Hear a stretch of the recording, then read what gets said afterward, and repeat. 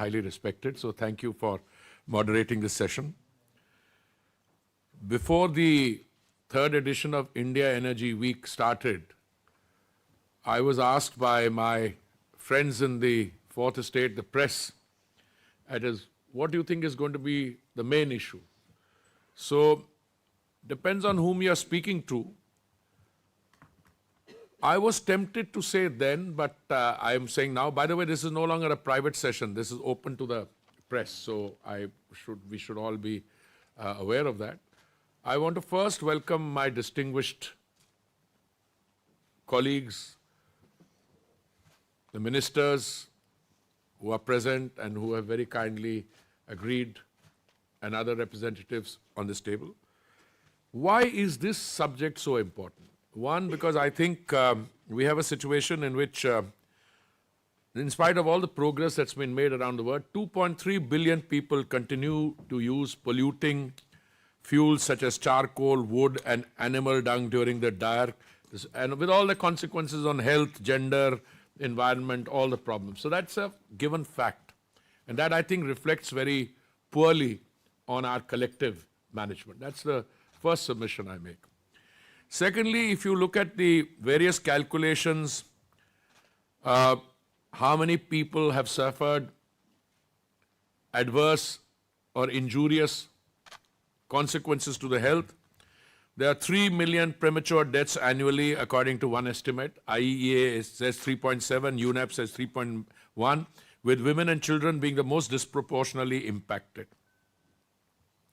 More than that, if you look at gender focus, you have a situation in which some of our sisters or daughters spend 5 hours a day collecting fuel and preparing meals, etc. So what a waste of, good human effort that entails. Nearly half of all ambient air pollution, exacerbating respiratory illnesses, environmental degradation. Now, I could go on giving the statistics, but I think they're in the public domain. Let me fast forward to India. Why do I think that in all the work that we've done on energy, why is this something which I think is one of my favorite aspects? And I take no credit for it. I've been part of this ministry only 3.5 years. It started well before me. Let me go back to my days as a student, even when I was in the university. To get a cylinder of LPG, liquefied petroleum gas, which is a product of a refinery, you required a lot of connections, you required, you needed to know people. That was with great difficulty. If you had a recommendation, you could get an LPG cylinder. When Prime Minister Modi took over, the total number of LPG connections in India was 14 crores, which is 140 million? 140 million. Now we have a population of 1.4 billion. So if you have only 140, that's not enough. But today, he has raised the number of connections from 140 million today to about 330 million. So if each connection, let's say, services a household of 4 or 5 people, it means you have a situation in which the entire population has LPG. Plus, we have a pipeline through which we send natural gas, which is about 25–30% cheaper than that. But what is my real story here? In India, if you are a beneficiary of a government scheme for economically weaker section, you can get clean cooking gas available for you, which costs not more than 7 cents in a day. And that 7 cents is also depending on the exchange rate, with the dollar. So 7 cents in a day, if you are not a beneficiary of a scheme for economically weaker section, it'll cost you what, 15 cents a day? In other words, clean cooking fuel is available almost to everyone, and it's not an issue. Equally, because of the pandemic, we made available 3 meals of dry ration in a day to every family for their this thing. That's still continuing because it hasn't, So you make life easier for people at that level. But I believe the real importance from my point of view for this IEW session, we have great discussions on new contracts. People will team up for biofuels. I just had a meeting with the Brazilians. We had an excellent panel discussion where Deputy Prime Minister and I were with our friends from Qatar and the UK. But this to me is something that is easily doable. And I think that was your comment. I see no reason why you cannot take this, either LPG, the product of a refinery, to every citizen, or we can take through biofuels, cooktops, or in some other ways. I think it is something within the realm of what I call the doable in a short time. Thank you very much. I'll just confine myself to that. Thank you very much, Minister. And I do think many of us look with complete admiration about the huge progress that India has made. So let me call on, I'll call on ministers. And I think, as I say, to share your own experiences in terms of what's worked, what hasn't worked, what are your stumbling blocks, both in terms of your planning, but also in terms of financing. How have you found methods to do this? And perhaps a third thing to have in your mind, are there ways that this group could come together, and by cooperating, by integrating, that you can actually make faster progress? I have that in your minds as well. And if I may start with Deputy Prime Minister Bidco from Tanzania to explain the progress you've been making in Tanzania. Thank you. Thank you very much, moderator. And I want to commend His Excellency Minister Puri, the Minister of Petroleum and Natural Gas in the Government of India, honorable ministers and partners and stakeholders. I would like to express, first of all, my sincere gratitude for the opportunity to come together for the third edition of Indian Week in this year, 2025.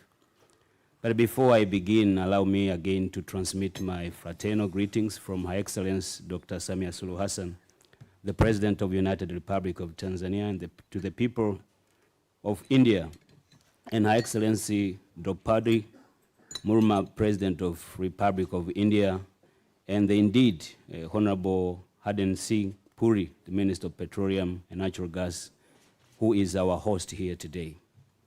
Excellencies, despite our national energy policy of 2015 that emphasized the use of alternative cooking energy and appropriate technology, on less than 7% of our population was using clean cooking in 2021, according to the survey that was conducted by the World Bank.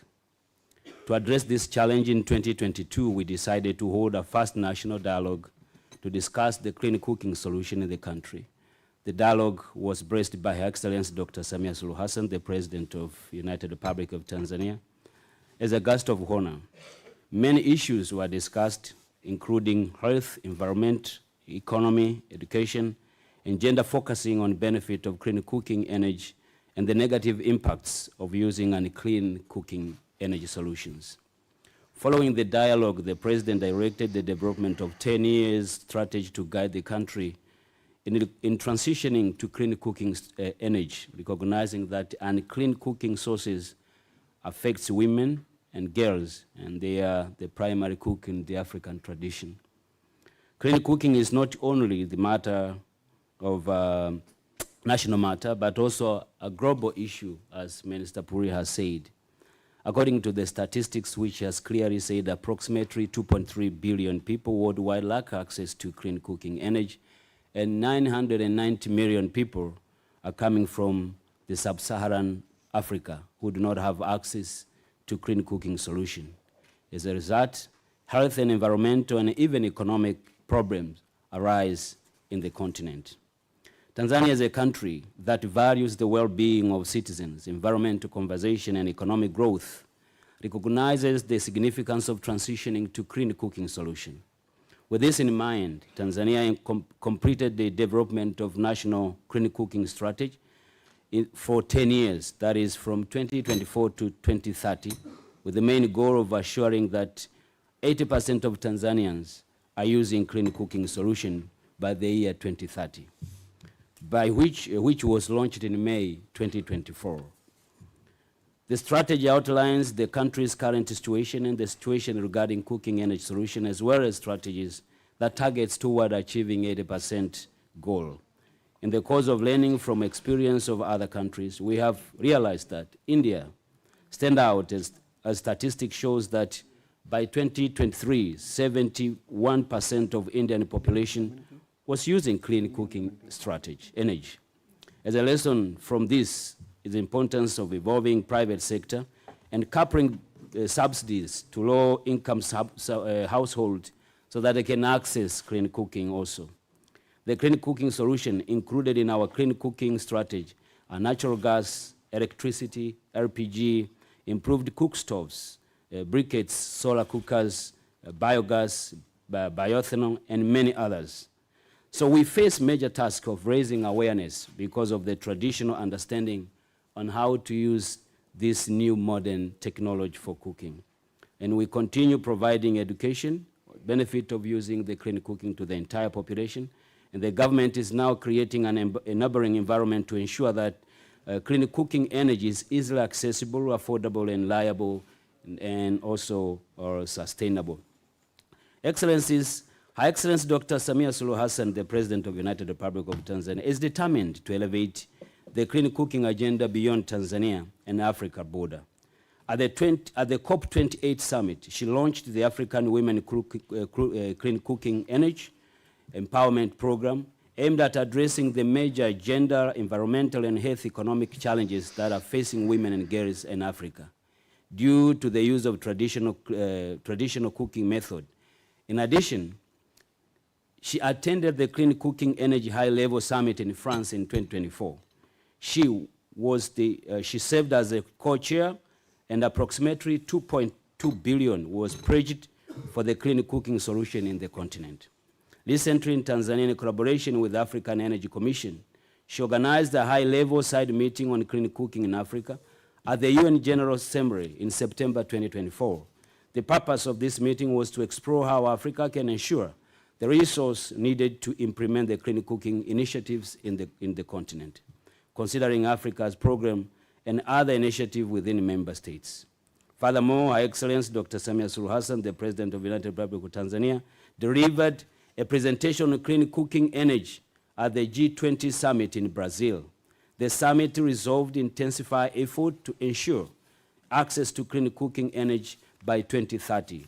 And during the African Head of State Summit held in Dar es Salaam in Tanzania from 27 to 28 February this year, the President also signed in Dar es Salaam declaration with the joint African heads of states the commitment on implementation of national energy compacts, which among other things embraces the distribution of renewable energy and clean cooking solution. These are the initiatives, ladies and gentlemen, and many others demonstrate our resolve to ensure that African women who are most affected by unhealthy source of energy can have the way of having clean energy for cooking and preparing their meal. I therefore would like to take this opportunity to urge all stakeholders, partners, players in the energy sector to join us in the ambitious yet achievable goals to access electricity and clean cooking solution, increase the share of renewables in the energy mix in our grids, and increase the private capital mobilization to support the energy sector. Ladies and gentlemen, as I conclude, clean cooking has a variety of business opportunities in the country. So I would like to take this opportunity to welcome private sector to participate in the entire clean cooking value chain. Minister Puri yesterday told me that in India, the big chunk of it is handled by the private sector. It is my call now for the Indian private sector and whoever beyond Africa to join us in this effort to make the clean cooking initiative a reality. I would like to conclude my remarks by warmly welcoming you to Tanzania to come and see the steps we have taken to ensure that the goal of ensuring that 80% of our population are using clean cooking solution by the year 2034. That is going to be achieved. So I thank you, moderator, for this opportunity. Thank you very much, Deputy Prime Minister. And we do have some chairmen and managing directors of some private sector companies with us today who have played an active role in India, and we're going to bring them in later for them to share their experiences.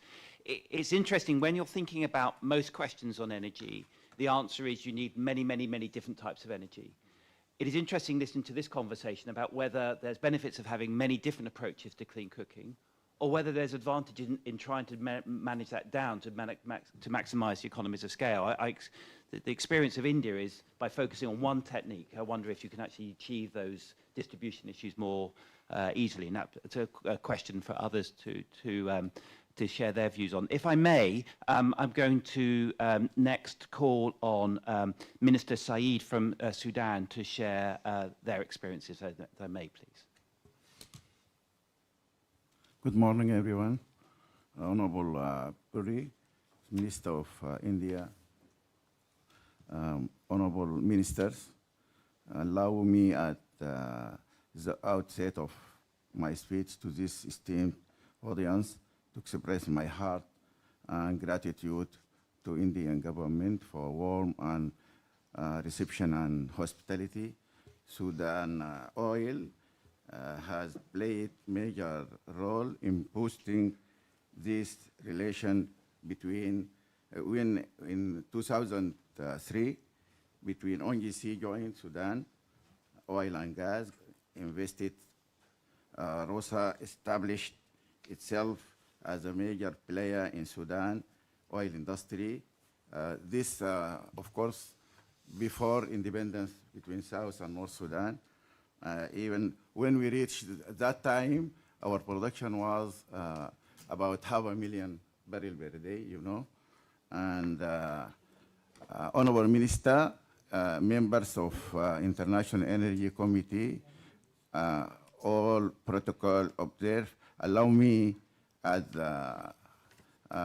you know, Southern Sudan, which contain the 3 quarters after independence of the South of the North Sudan, and most of our oil goes to the South Sudan, and Sudan energy sector, like many other facilities and infrastructure, has been systematically destroyed by the rapid support military, which has been since April 2030, and going a war on Sudan people, the state and institutions as a whole in major targeting Sudan stability, unity on resources. We know original powers behind it. So by this war, our priority in Sudan was to import energy by private sector, not by government. You know, government now is war is a very big expenses, and our people needs was imported by the private sector. Even LPG, of course.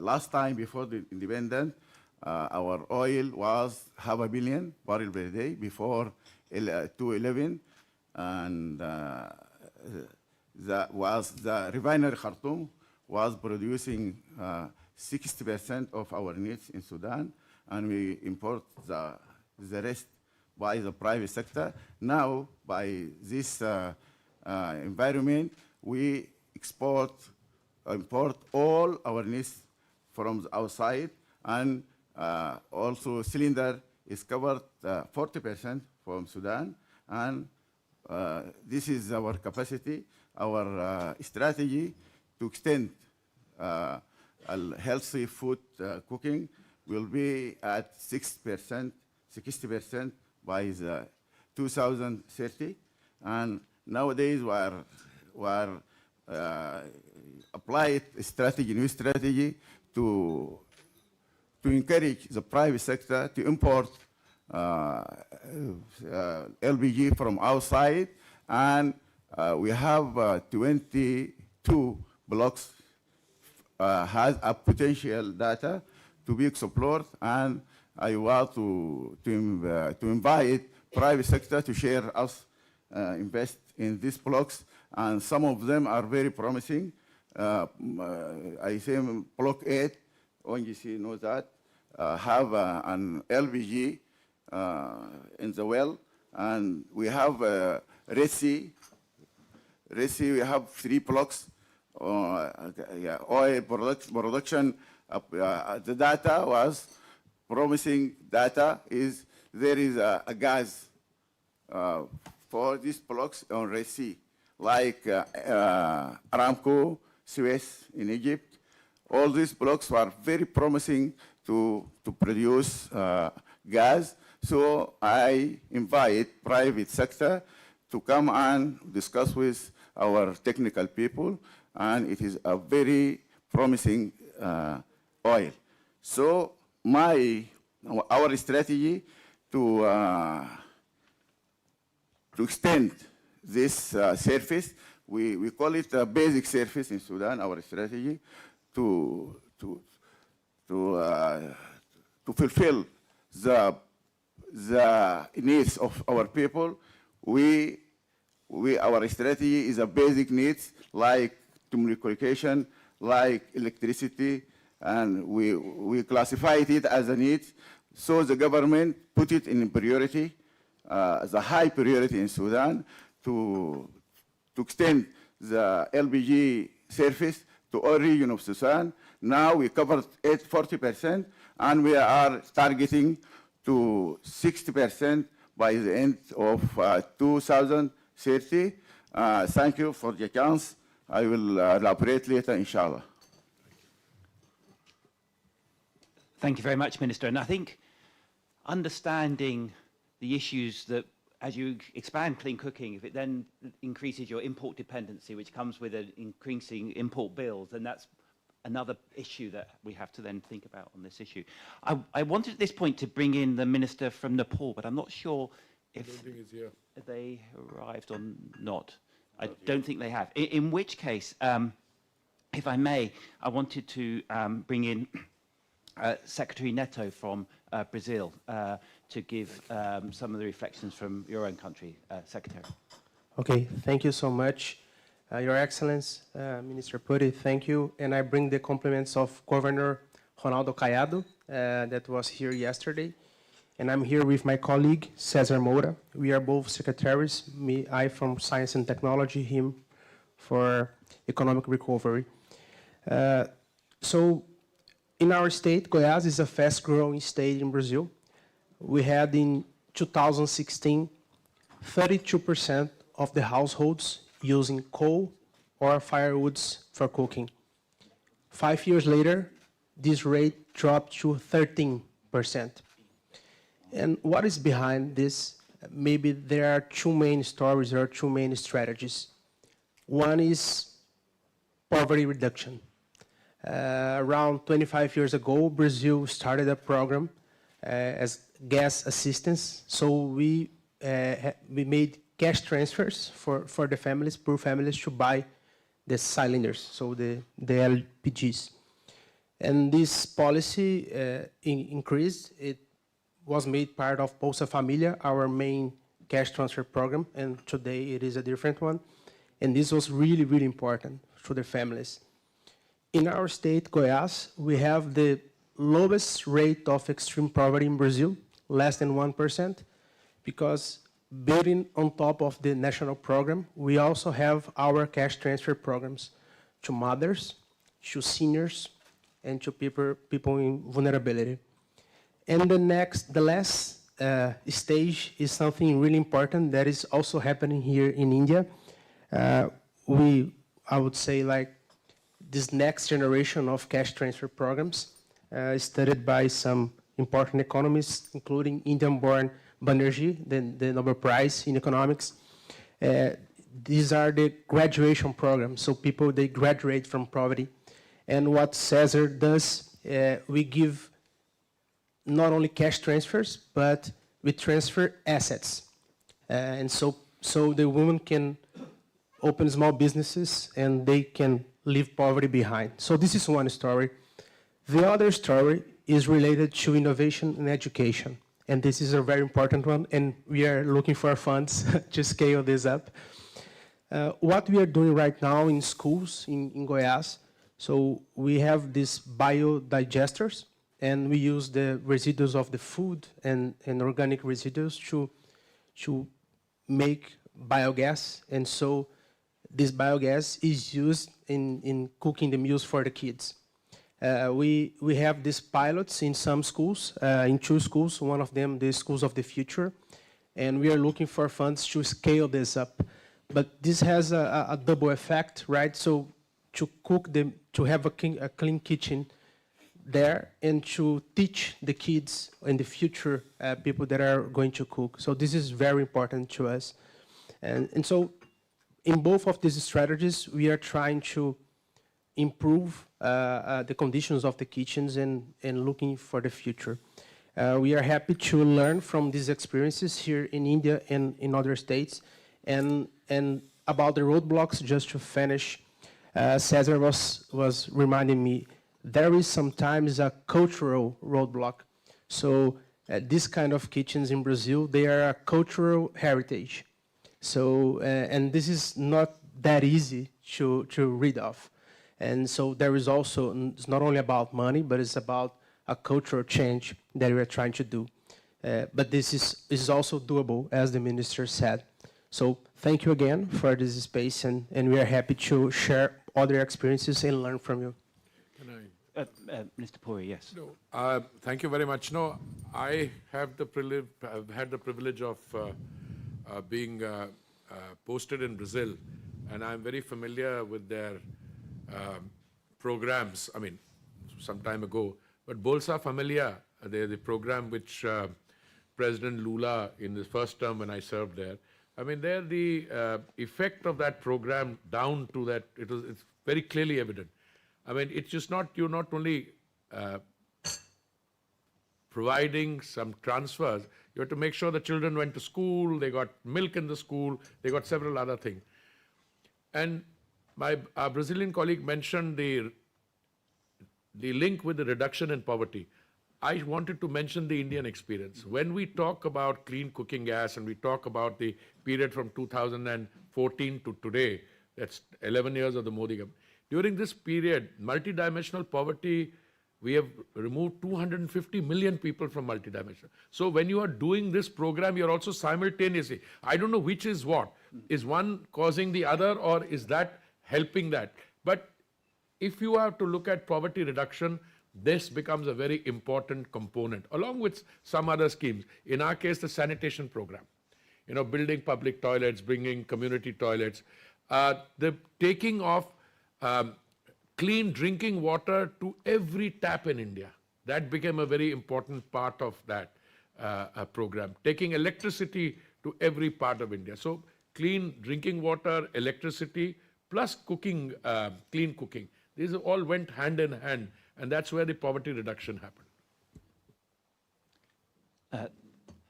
Thank you. I'm going to, if I may, now turn to Minister Malunga from Malawi. And I know you've been thinking hard about sort of different financing programs. So in your comments, to think about your experiences in terms of what's working in terms of financing would also be really interesting. So Minister Malunga, please.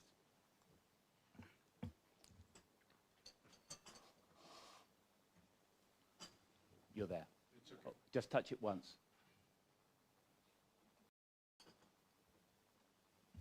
Okay. Yeah. Thank you very much. I would like to express our gratitude as the government of Malawi to the government of India for considering us to be part of this important meeting. And by this far, we have managed to learn a lot on how other countries have actually increased the access to clean cooking. Our story began in 2012 where we started the efforts to increase clean cooking. And we set ourselves a target of meeting or distributing 2 million clean cook stores by 2020, a target which we achieved. And later in 2021, we were recognized as a clean cooking champion by UN. And where we are going in the energy compact that we have produced, and it was being launched in January in Tanzania, we aim to distribute or to increase access to clean cooking to 75% by 2030. Now, our journey to this success, I should say currently, we are at 31% in terms of uptake of clean cooking stoves. So what has contributed to this success mostly are the following factors. The first one is high political will. Our president in 2012, through Minister of Gender, signed an agreement with the Global Alliance on Clean Cook Stoves so that we can start promoting clean cook stoves in Malawi. And this opened doors for various government support on clean cooking in Malawi.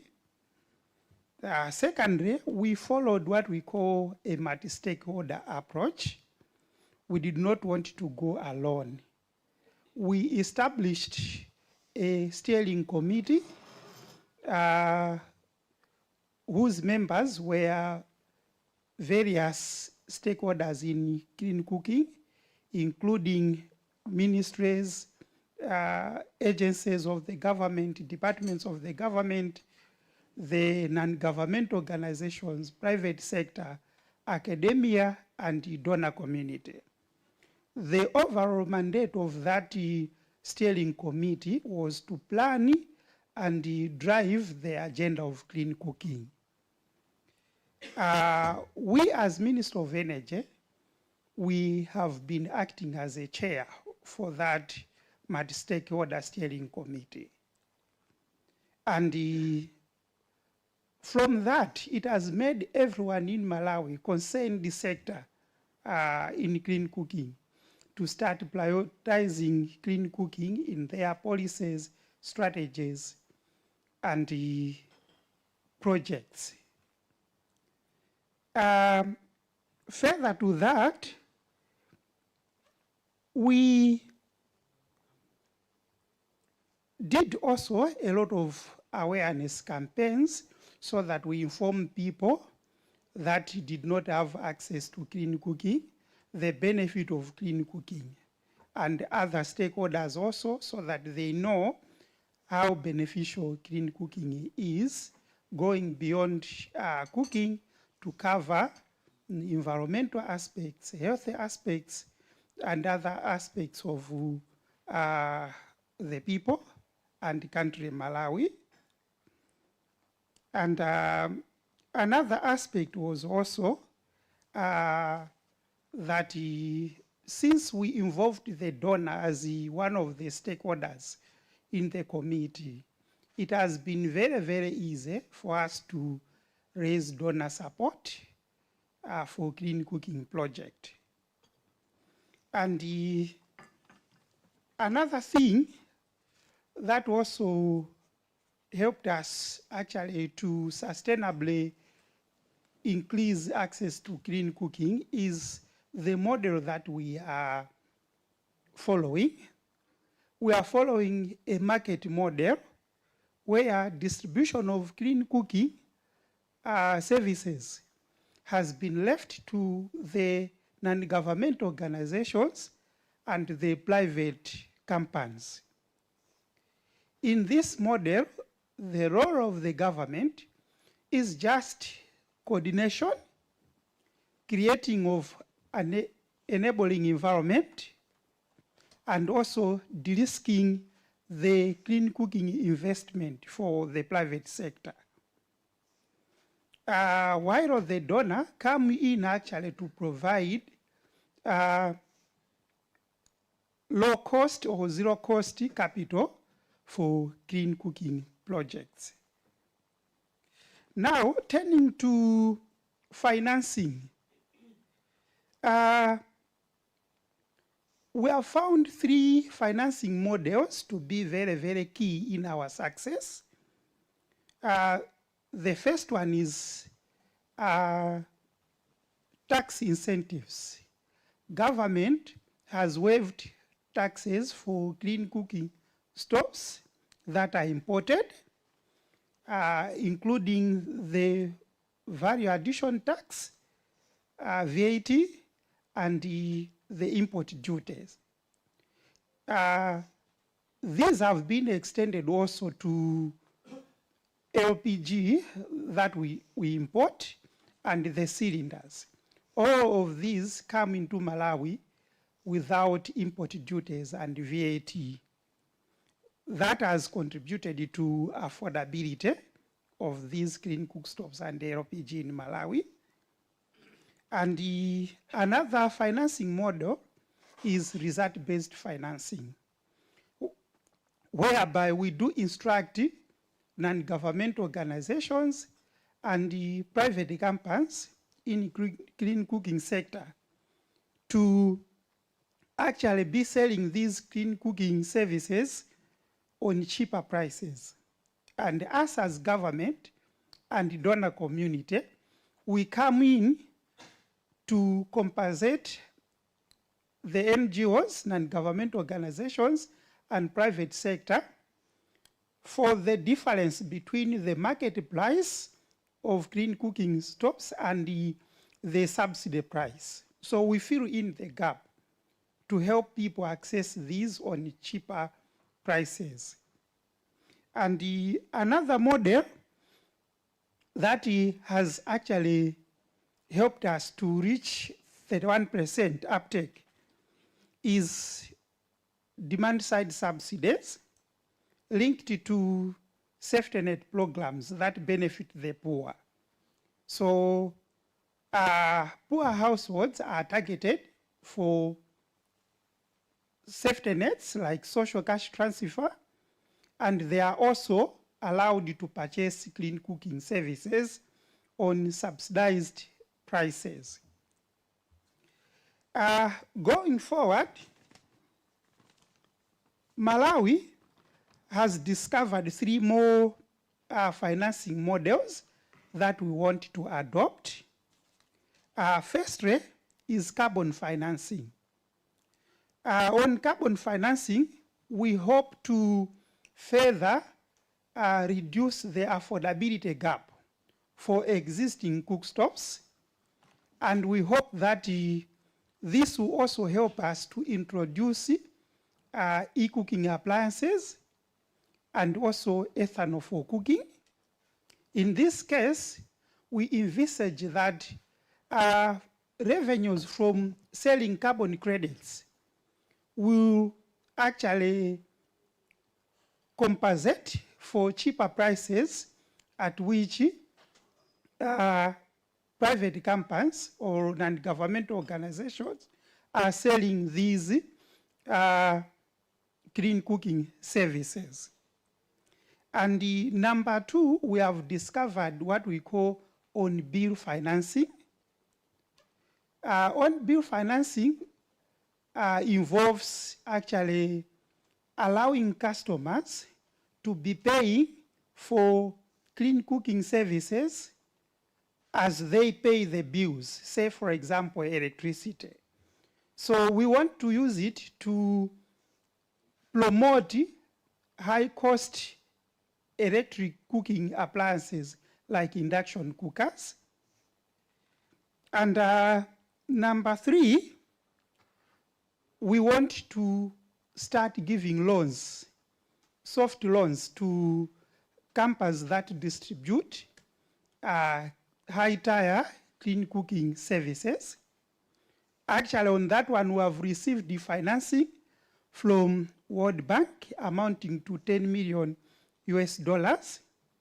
We want to start giving out loans to companies that are in the clean cooking sector so that they can expand their distribution of high-tier clean cooking services to households in Malawi.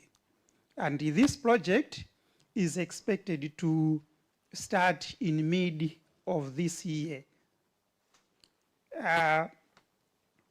Reaching that far, I wanted to emphasize the need for us to increase investment in the clean cooking sector so that we achieve our ambitions for reaching out to 75% population in Malawi by 2030. It will require a lot of donor funding. It will require a lot of investment from private sector. So we call upon foreign governments, donor community, and private sector to come and assist us in Malawi. We have de-risked the sector with the favorable policies, and I think it is a fertile ground for investment now in clean cooking sector, both the public sector financing and private sector financing. Thank you. Minister, that was fascinating, your different models you've been exploring.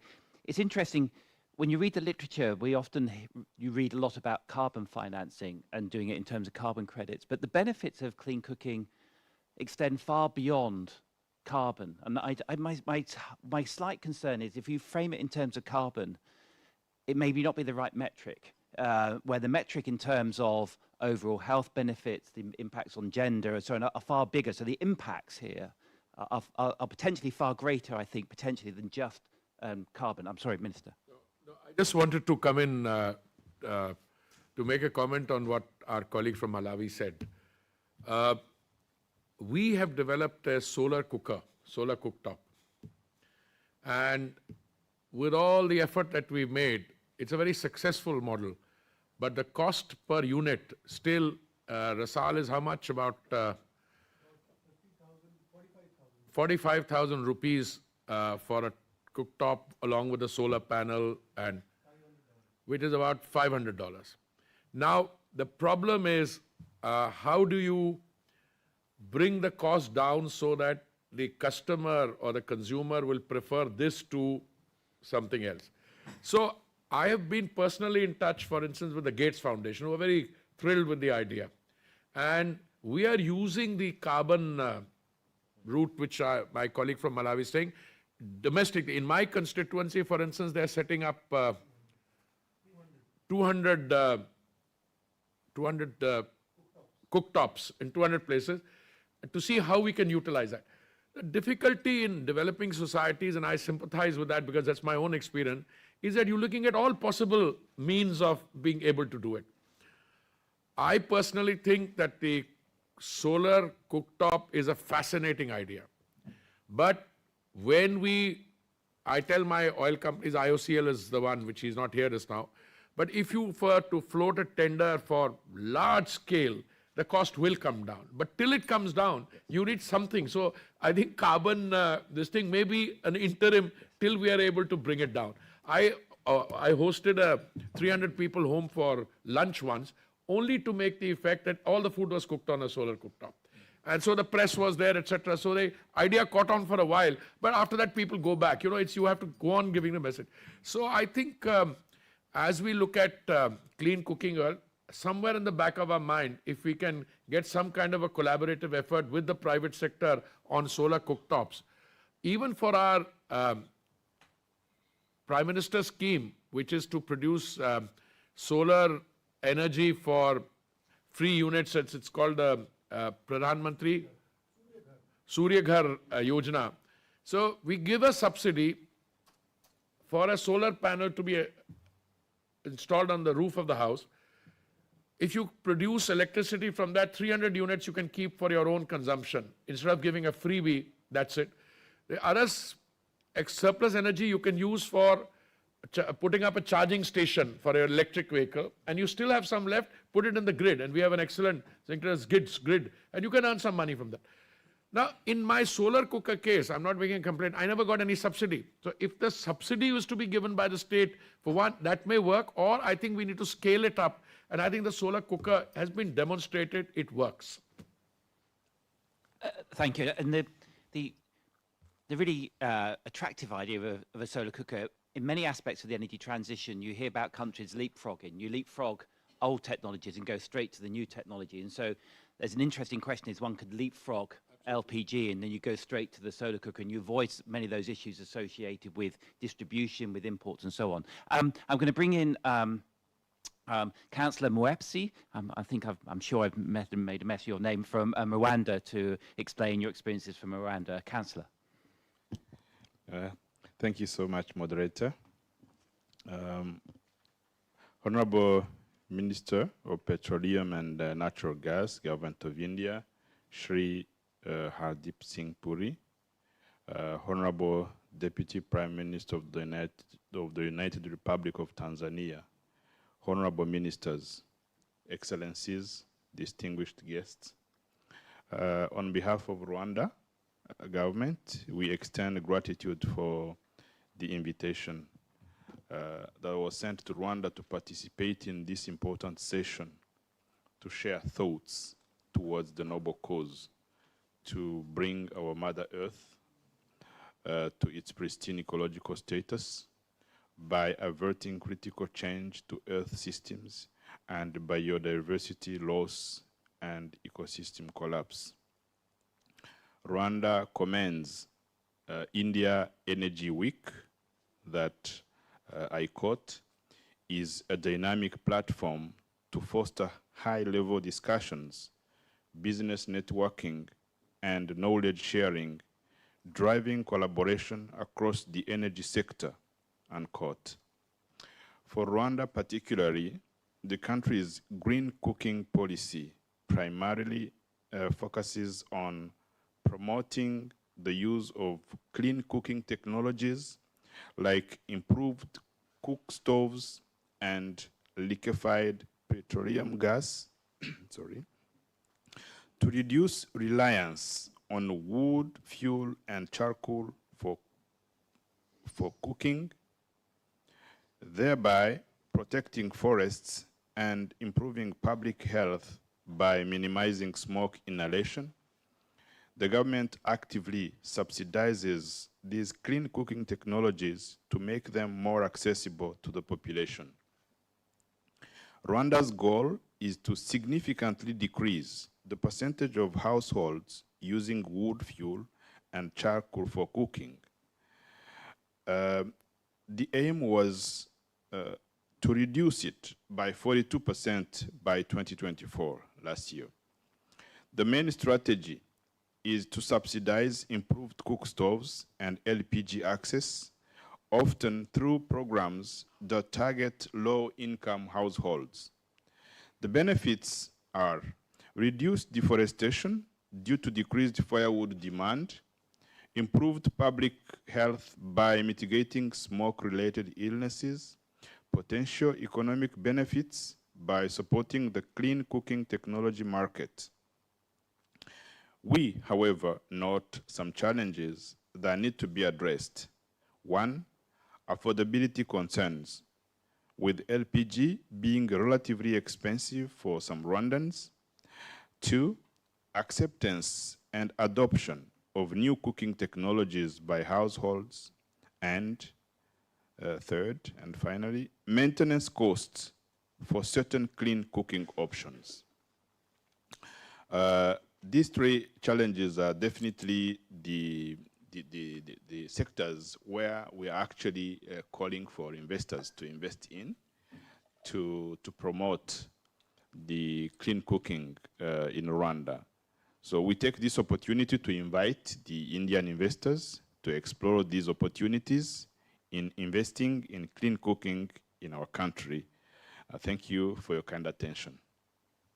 Thank you very much. And what is striking, I think we've heard it on several from Brazil, from Malawi, from yourself, that when you think about this issue, you often understand the issues to do with the logistics, you understand the issues to do with financing, but equally important is behavioural and educational change, and that seems a critical part of this process as well for a successful programme.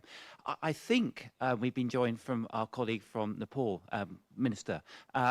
If I may invite you to share some of your experiences from Nepal in terms of how you've been progressing this issue on clean cooking, sir.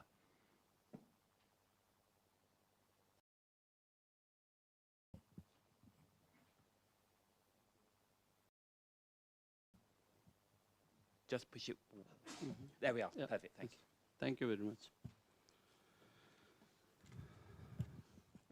Your Excellency, distinguished ladies and gentlemen, all ministers.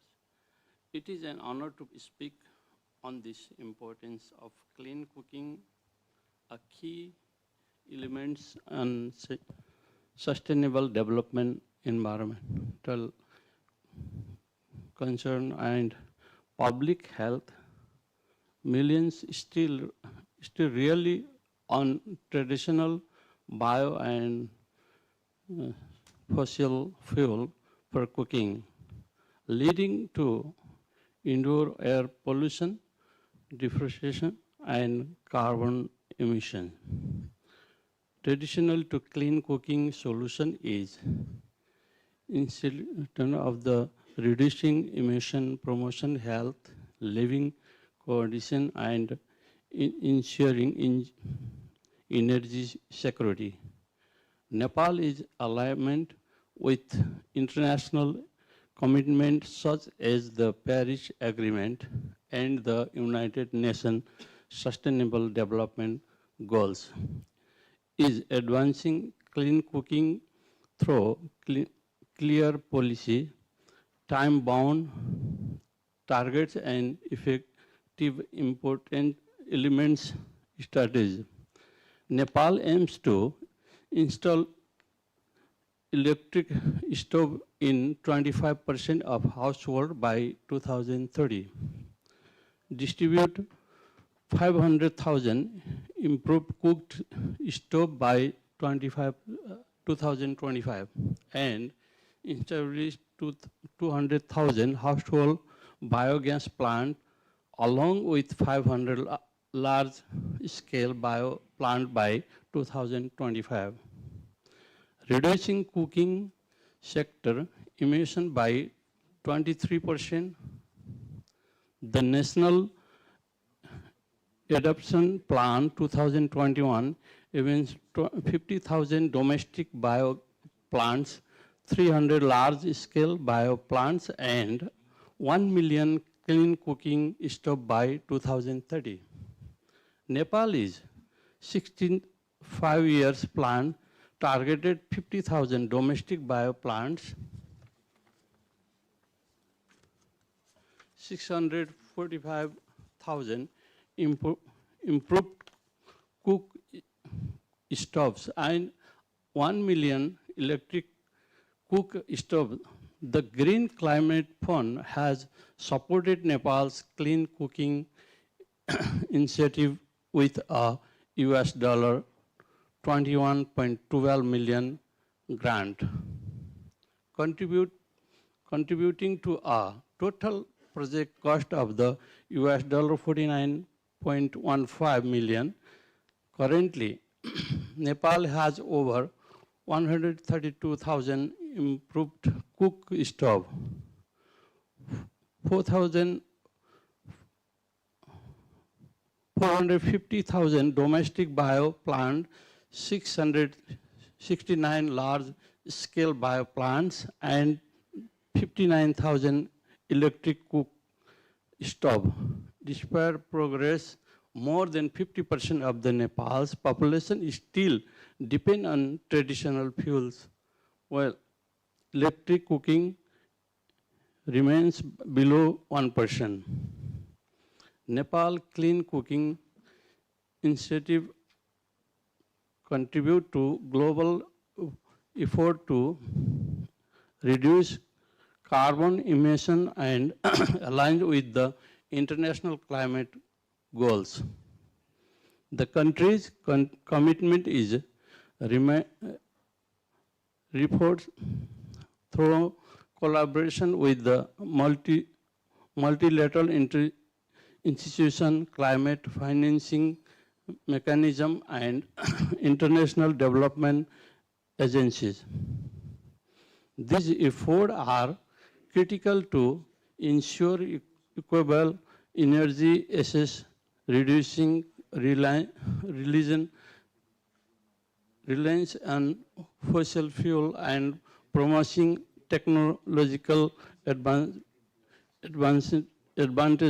in clean cooking solution. Clean cooking solution not only reduce carbon emission but also improve public health and economic productivity. Women and children most affected by indoor population will benefit from better health and great opportunity for education and employment. Financing through carbon trading, climate financial and green bonds is crucial for expanding clean cooking technologies. Government, private investor, and international organizations must collaborate to make these technologies affordable and accessible. Nepal remains commitment to a clean, sustainable future through clean cooking initiatives. By investment in sustainable energy, we can protect the environment, enhance public health, and drive economic progress.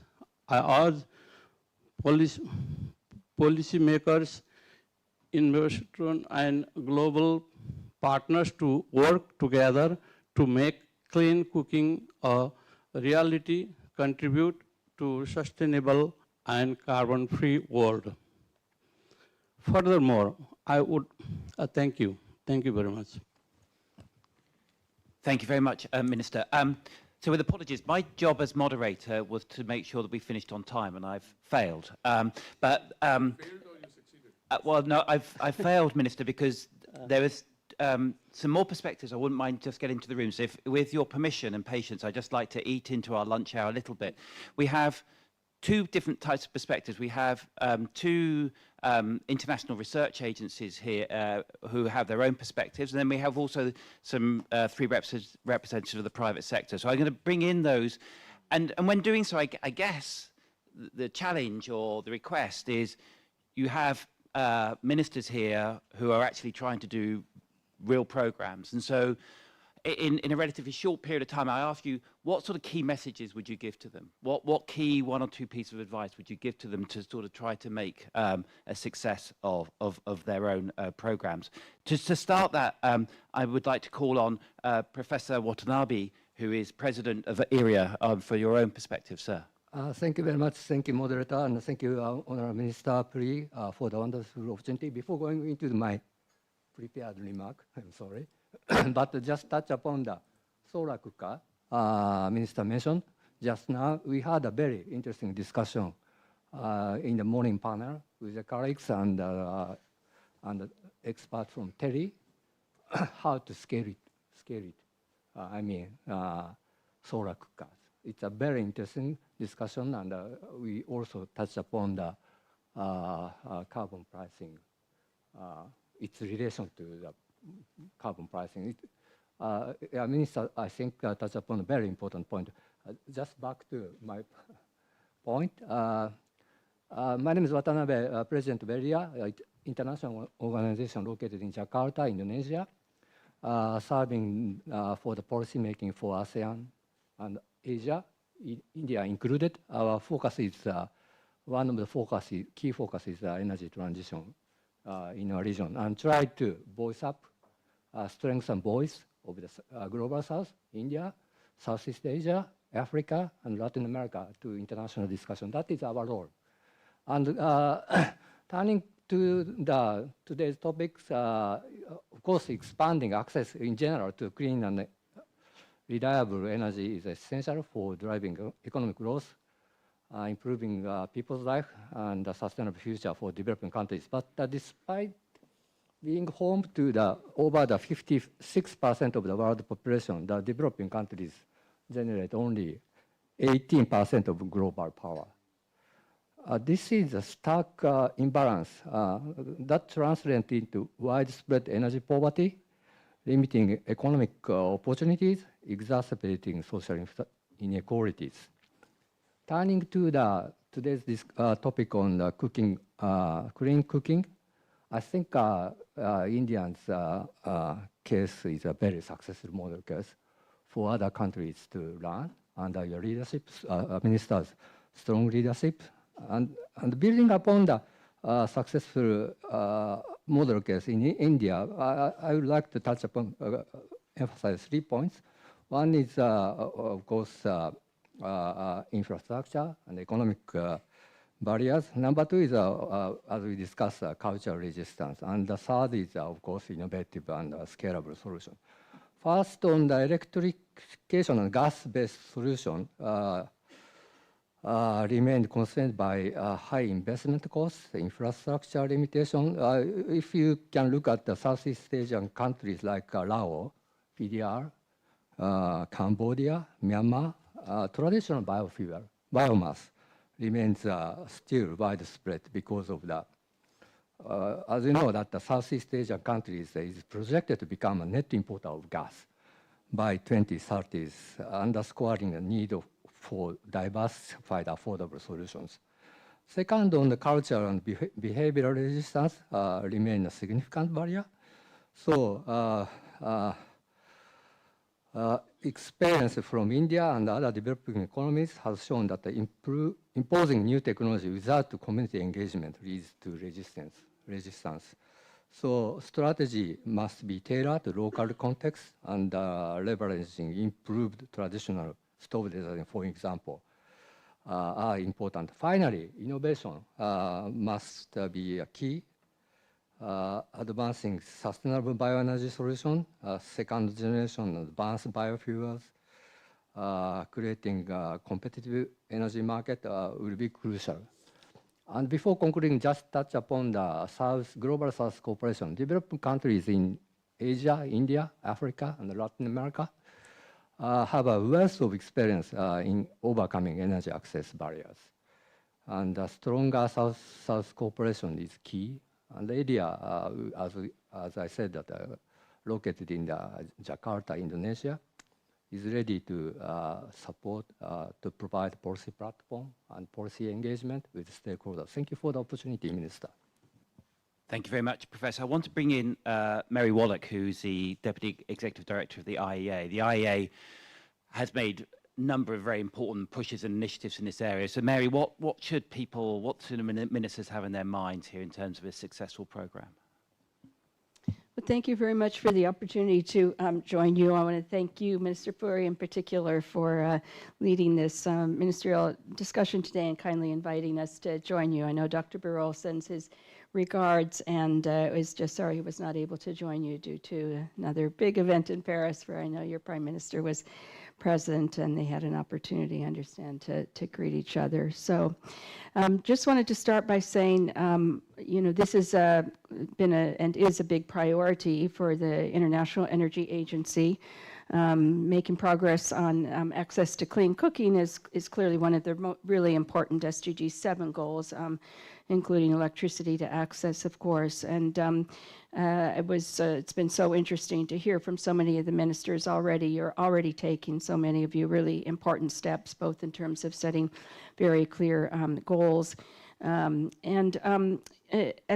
I think was referenced, and I think as many of you know, the IEA hosted just last year in May of 2024 a major summit on clean cooking, focusing on Africa in particular, as again, as was noted, nearly 1 billion people, 990 million, people or households in people in in Africa still lack access to clean cooking. So there's a major challenge there. And Mr. Minister, you rightly pointed out to the success and the great success that India has made in this regard. And I think having success stories such as yours can really lend a very encouraging example to others in terms of some of the solutions that can be approached. So I just wanted to mention, you know, a few. I think the challenges have already been touched on quite well, and so I just wanted to say a few words about them and some of the policy levers again that I think governments are already taking. But the issue of affordability and access is obviously a critical one. You know, the high upfront costs of clean cooking technologies and the limited fuel supply chains hinder adoption in some cases, especially in rural and low-income areas. The energy infrastructure gaps clearly need to be looked at. This is, you know, in many cases, unreliable grids, insufficient LPG distribution networks, although, of course, India has made great strides in that regard, but again, in many developing regions.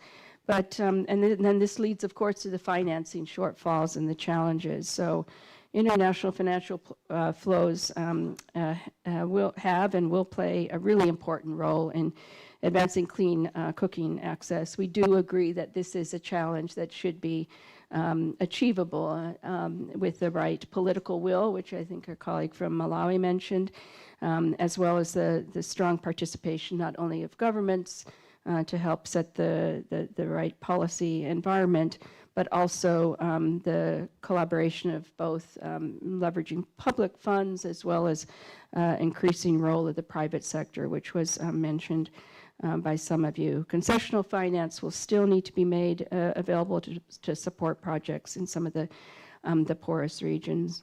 Some of you spoke to the acceptance and adoption issues, and I think it's really important to be mindful of those as well. There are, to some degree, you know, cultural issues that we need to be thinking about in order to move all of this forward. And the policy levers, I know, again, many of you touched upon targeted subsidies and incentives, which as we saw in the case of India too, the direct subsidies for LPG, smart subsidy schemes, such as the ones you've put in place, have successfully expanded LPG access. The right regulatory and fiscal policies are really important. Reducing taxes on clean cooking equipment and fuels can help shift the market dynamics.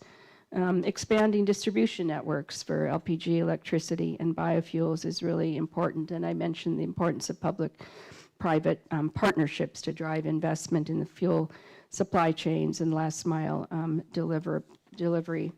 And so just in a nutshell, just again, want to really emphasize just how important this is to us, to our members, in working with countries all around the world. We were really pleased coming back to the Clean Cooking Summit last year to have the President of Tanzania, as well as the Prime Minister of Norway, co-host this with our Executive Director. And we're very pleased to welcome so many of you, a number of you who are with us today. This is achieving universal access to clean cooking will clearly require a combination of strong policies, innovative financing, infrastructure investments, and behavioral change initiatives. A multi-stakeholder approach, again, as has been mentioned, involving governments, private sector, and international organizations, will really be critical to closing the gap by 2030 and keeping this at the very top of our agenda. So thank you very much. Thank you, Mary. Minister Puri, you want to come in? There's one point which I'm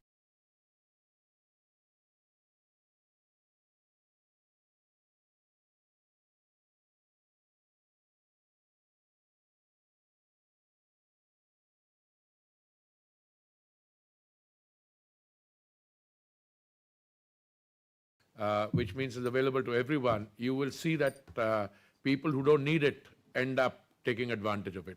I remember clearly, I think when the Prime Minister had taken over, when it was in 2014, he made an appeal that people who don't need it, a lot of people gave up those subsidized this thing. But today, for our LPG cylinders, we have a criteria of what, 12 points or so, 12 points, you have to tick those boxes, as a result of which we are convinced that the benefit is being availed of only by those who actually need it. And our companies actually undertake, because it's the private sector companies which are doing it, our organized oil marketing company, they conduct surveys from time to time. Because what is available for a household which is a beneficiary and which qualifies under the economically weaker sector, 12 cylinders are available. But we did a calculation saying that 12 cylinders are not necessary. They said to us, so when they look and they weed out people also as part of this exercise. But the difference, the important thing is the difference between the beneficiaries of the scheme and the non-beneficiaries is not that much.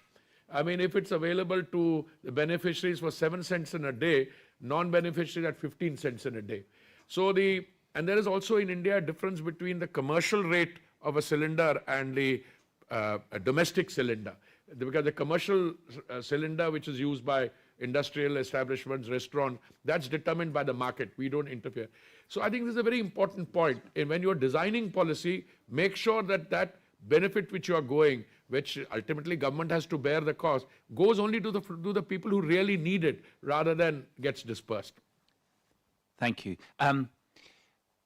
The last stage or the last set of inputs, I appreciate we are overrunning, but a constant theme here has been the involvement of the private sector. And we have 3 private sector companies that have been actively involved in either researching or implementing the program here in India. So I'm going to call on both Vanda Insights, Total Energies and BCG to give their perspectives.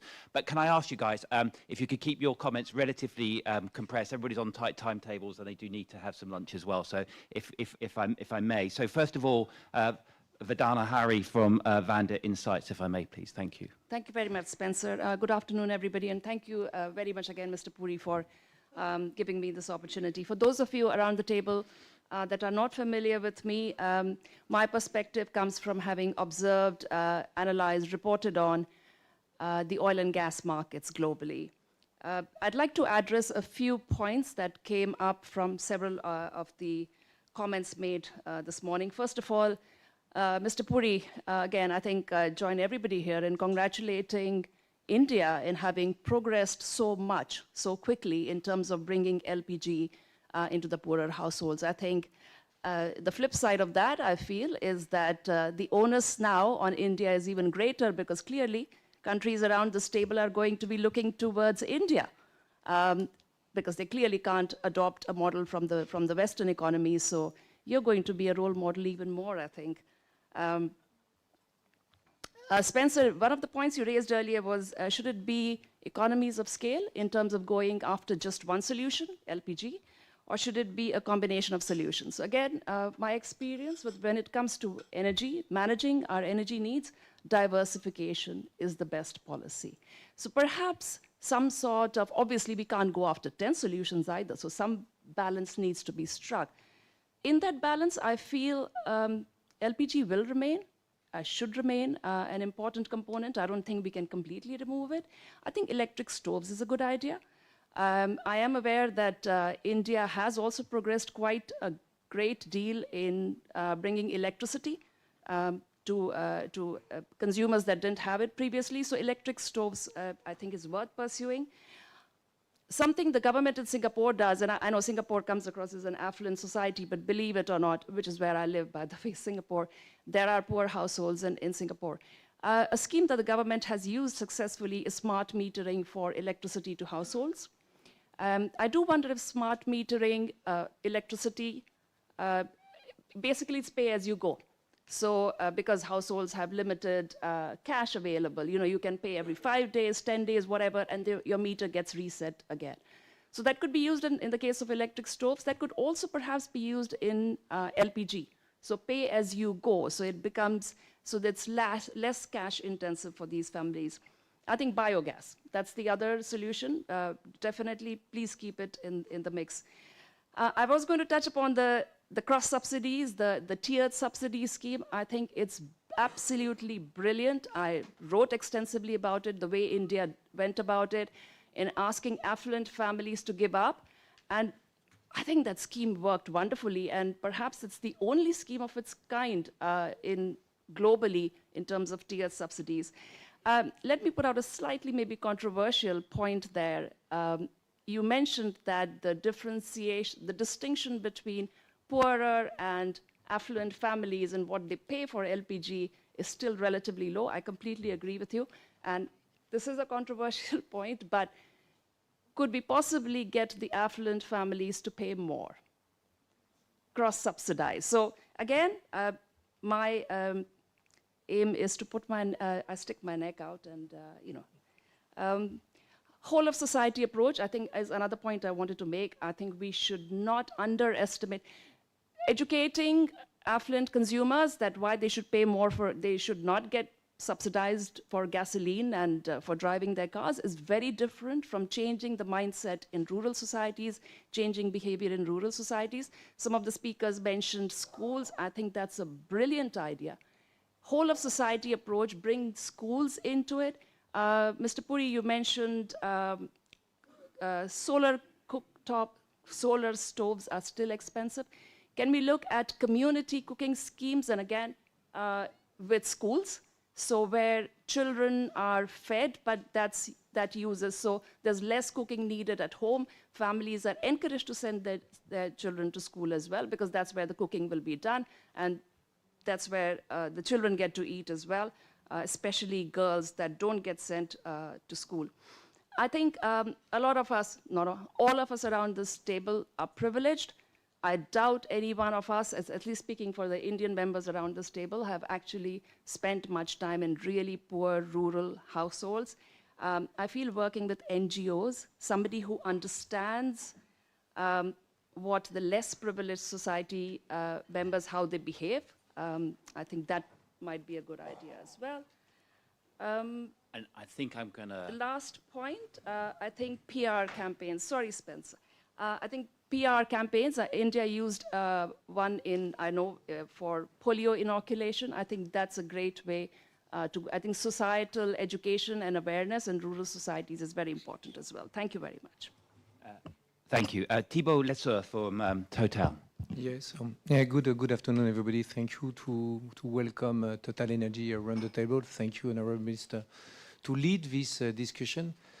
So I'm the representative of Total Energy here in India, leading the marketing business, and I used to be in Africa earlier, so I can really testify what you said. India is a kind of an exemplary country in terms of clean cooking. We here, we market some LPG bottles, but really when we see what our peers, the national oil companies are doing is really impressive, and they are really doing the right things at the right moment, so congratulations. And for us, as Total Energy, I will highlight our commitment and what we do in Africa, because I have been there for some time and now based in India. So as you may remember, Patrick Pouyanné, our CEO, committed last year to give access to 100 million persons on clean cooking solutions by 2030. This is representing an investment of $400 million. So in Africa, precisely, we are present in 17 countries, and we are there for quite a long time. In some countries, we are there for more than 70 years. So we know the environment, we know the challenges, and so we'll continue to invest. So the idea in Africa is to reach 80 million people by 2030 to give LPG cylinders. And for that is to illustrate what you just said earlier. We do some initiatives. So obviously we invest in cylinders, bottling plants, infrastructure. We need also to engage our distributors, because the marketing of the cylinders are done by partners, and themselves they have also to engage micro distributors. And is where the NGOs are also important, because we need to have a different view on the normal road to market. The third topic is we need also to be innovative. So for example, in Kenya and Uganda, we give some smart devices for pay-as-you-cook system. So we are not the one to deliver that. It's done also with microfinance partners. And the last thing that I want to raise, we have to make it happen. I mean, that we can do a lot of things, but the make it happen is key. And so what our teams are doing on everyday basis is a kind of a caravan of awareness towards people in rural areas in order to explain what is clean cooking, what is the health, what is the time that can be saved thanks to that, and what are the solutions that we can propose. And once again, so we do that with a lot of partners. And for us, by the way, it makes sense. It's another type of marketing. It makes sense, but it's not only us. We have to engage a lot of actors. Is what we do in Africa today. Thank you very much. Thank you. That's fascinating. And finally, Mr. Panandika from BCG, please. Thank you, Spencer. Given that food's being served, I'll try to be as brief as possible. It's an ungrateful task. I know that I have. that really is pressure, isn't it, as a food server? So I'll be very quick. I think the India story is one of the most amazing stories, I think, and it's been said enough. But let me just quickly highlight from my side what I think are the points, and I'll be incredibly quick. It starts with political will and the policy framework, which I think the minister has spoken very eloquently. The second is the financial support, targeted, tiered, all that sort of thing. Third is the infrastructure development. Fourth is behavioral change and awareness campaigns. Fifth is women empowerment. Sixth is innovation, access and affordability. And finally, selling the benefits of environment and health as much as you think about the carbon. I want to highlight three things which I think India really aced it in my mind. The first of them is actually making sure that the implementation, we don't talk about that. I think kudos to our oil marketing companies who actually took all of this and actually made it happen. I think you just mentioned the made it happen part. I think it's not an easy task. This is a massive country. Moving from 140 million to 330 million in an incredibly short time, I think is an impressive task. The second is change management. We don't understand that. I think it's easy to say behavior change. Behavior change doesn't happen easily. And so I think just the awareness campaigns, just the driving and working with NGOs, just the innovativeness in actually making sure that this is sticking, I think is amazing. And the third one, again, not to take away any credit, I just think the innovation in terms of access and affordability is impressive. Creating the digital platforms, whether it's from an ordering perspective, whether it's from a tracking perspective, the last mile in India is an incredibly difficult challenge. Every time we observe, that's not something that most companies can crack and solve easily. We see that that has also happened. So I think these are these three things. Is it replicable? We firmly believe that this is a replicable model that should be taken to many other parts of the world. Again, one of the core bases of this is the public-private partnership. This cannot be done by any one institution or one arm of society. I think it has to be done together, and I think you've pointed that out extremely well. Just 2-3 challenges very quickly, and I'll close. Continued financing will become a challenge as always. It's good that we've gotten this going. Getting to where we were was great. How do we make sure that the tiering is continuing to be refined so that whether we pay more from the affluent part or anything, every country has its context. How do we create the continued financing is continuing to be a challenge for the global south. And I think the second is, how do we further refine, if we do even see the India experience, this is not to put a black dot, an amazing story, refills. We do get situations in which refills don't happen. That number could vary from 10% to 30%. How do we make sure we refine this model so that that continues to happen? So clean cooking is actually really universal. And finally, since the theme of yesterday's inaugural session was multi-fuel, as more fuels come into the basket, how do we balance this all out, I think also becomes a challenge, because you're talking of a private-public partnership. So I think we need to think about that as well. I'll leave it at that. Thank you very much. Minister Puri, I pass to you for the last word. No, I found this discussion fascinating because insofar as immediate tasks at hand are concerned, I think this is one of the most pressing missions that needs to be addressed. Whatever the Indian experience, for somebody who's lived through it for the last 3.5 years since I've been associated, I believe the Indian model has relevance for other countries in the global south because our conditions are very similar. We have populations, developmental challenges, etc. So I think the Western models on this do not apply here in this case.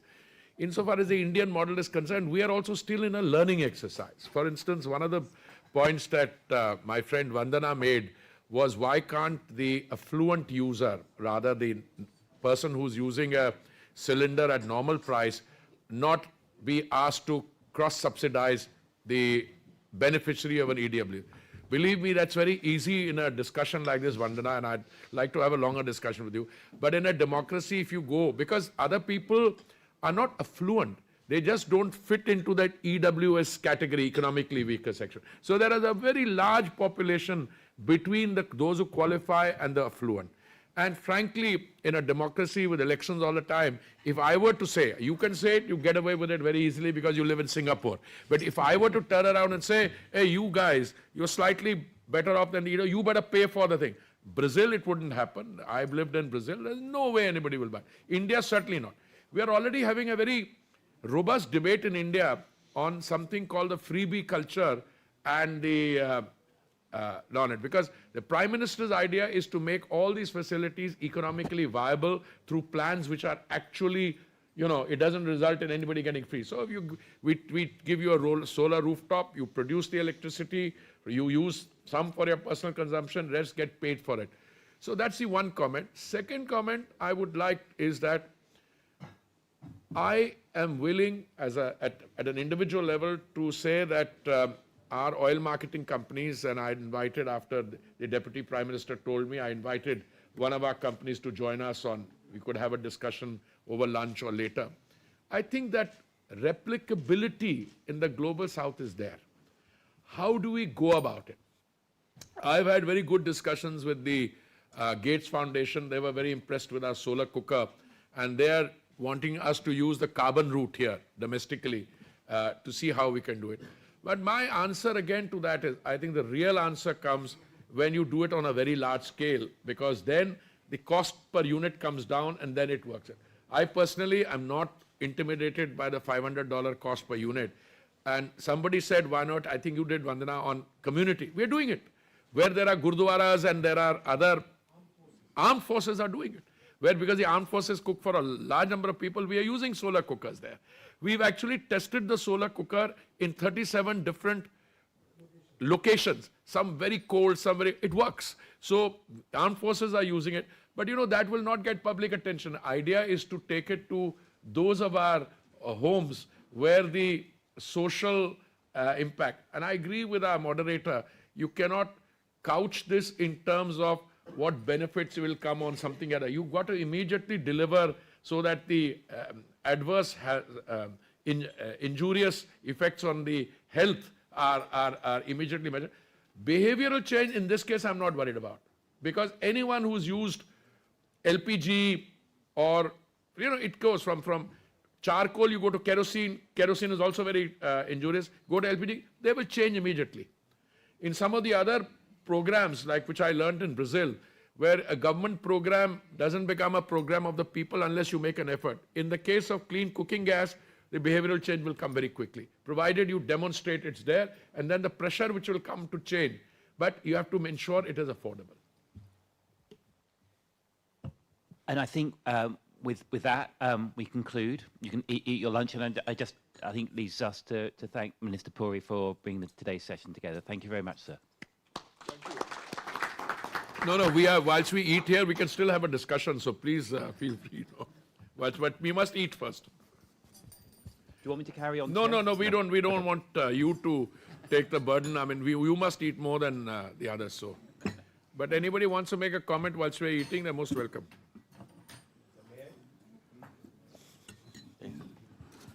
He is the head of our biggest gas company, GAIL. Yeah, please. So I am Sandeep Kumar Gupta, CMD, GAIL India Limited, which is a natural gas leader in the country. And I just want to add the flavor of the fabulous India story on clean cooking.